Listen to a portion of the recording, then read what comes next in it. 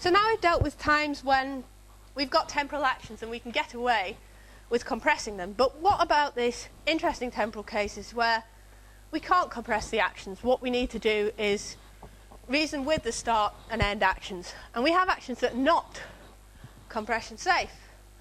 And what we notice is that there are many implicit constraints in temporal planning that planners don't actually use to their advantage, they don't take notice of. So here we're looking at the ordering the ends of open actions. So actions that have started but have not yet finished.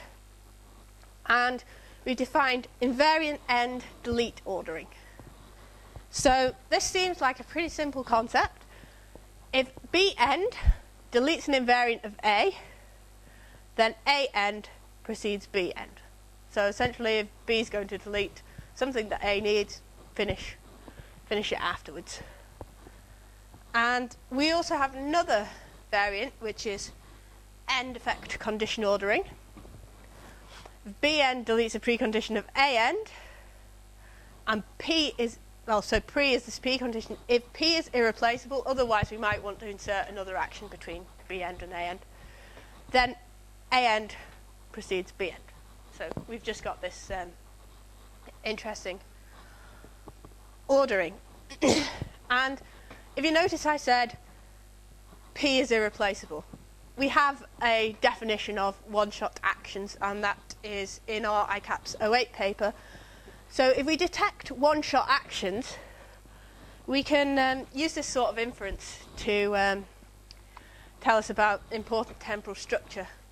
One thing I should say about this diagram actually is if you have your copy of the Proceedings, for some reason the knots are missing in the printed version of this paper, so you may wish to annotate the knots into your version. So clips and envelopes then, these are common ways of building temporal structure.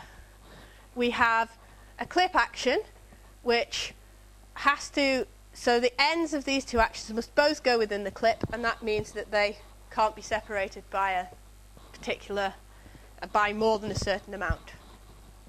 And we have envelope actions, which again is a similar way of modelling the same thing. So these two actions must fit inside this envelope action because C is achieved here and deleted here.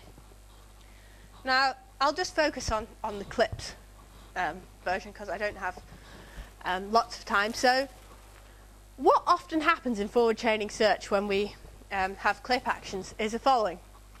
We start this action A, and we start the action clip AB. And then what we do is we can see loads of exciting, interesting actions. So what we do is we think, oh, I'll apply action C, D, E, and F, and then, now I've got to a point where I can't apply the end of clip AB. And even if I did apply the end of clip AB, then I wouldn't be able to apply B, action B, because that requires C, which is deleted here. This is the one-shot analysis again. We can only have C once, and it's only added by this clip.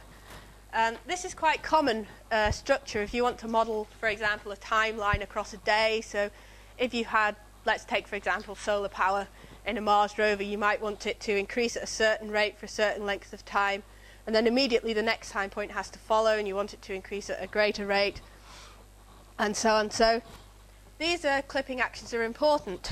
And but one thing we can do is, instead of hitting this dead end, we can actually detect that clip AB start must come before A end, which must be followed by clip AB end. And if we know this clip end has to come after A end, we don't put it so early on in A to stop us from being able to apply B. And the argument for envelopes again is quite similar, but I don't have much time, so I'll not go into that. So these are the results. First, compression safety. So these are standard IPC3 temporal, oh no, there's airport, which is IPC4 as well. So standard temporal domains. These don't have any temporally interesting features. They're standard benchmarks. So you can see, if we reason with start and end actions, then we actually get all the performance is better if we use compression. So this is time with plot against time without. So plot points under the line mean that with inference has done better. So we get a pretty uniform improvement in performance there. And for comparative testing, we've compared to SARPA. Now, the reason we've chosen SARPA is because it is the most similar existing planner to Crikey 3, so we don't want to compare to SG plan because we don't know if that's the decomposition that's giving us the benefit or the action compression. Similar argument for other planners. So we've chosen SARPA because it's the nearest analogue. And you can see these results on the right. I don't think you can see the line y equals x, but you can imagine where it goes. So points on your right, this is comparison to SARPA without inference. And you can see that, so Crikey 3 is not doing the action compression, and it's performed pretty much similar to SARPA. But when we actually put in the action compression, the detected action compression, we're beating SARPA on almost all problems. So this is the temporally interesting domains results. Temporally interesting domains aren't very easy to come by, so we've not tested it on many. But this here is the transformer domain. You don't have to understand what the domain does, but the important thing about it is it has this structure of envelopes and clips, not envelopes, just clip actions linking several other actions together. And as you can see, by detecting this structure, we can get some improvement, and indeed we've managed to solve one more problem. The other domain that was interesting was the rover's domain. So it actually has an interesting property that one can start two take image actions at the same time. So you start one, start the other, but then actually you can't end either of them because both have an invariant that the camera is calibrated. And so this leads to the planner. It starts two actions, it can't end any, and it hits a dead end.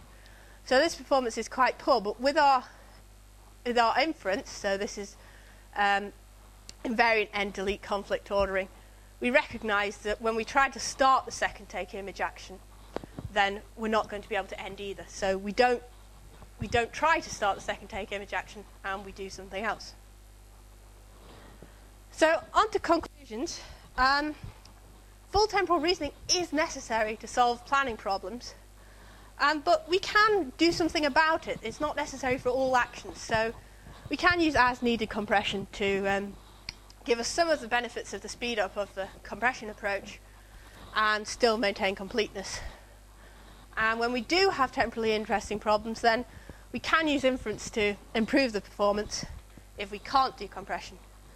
And we've managed to show that our planner reasoning with start-end actions can actually be competitive with a planner using compression, which is a very nice result.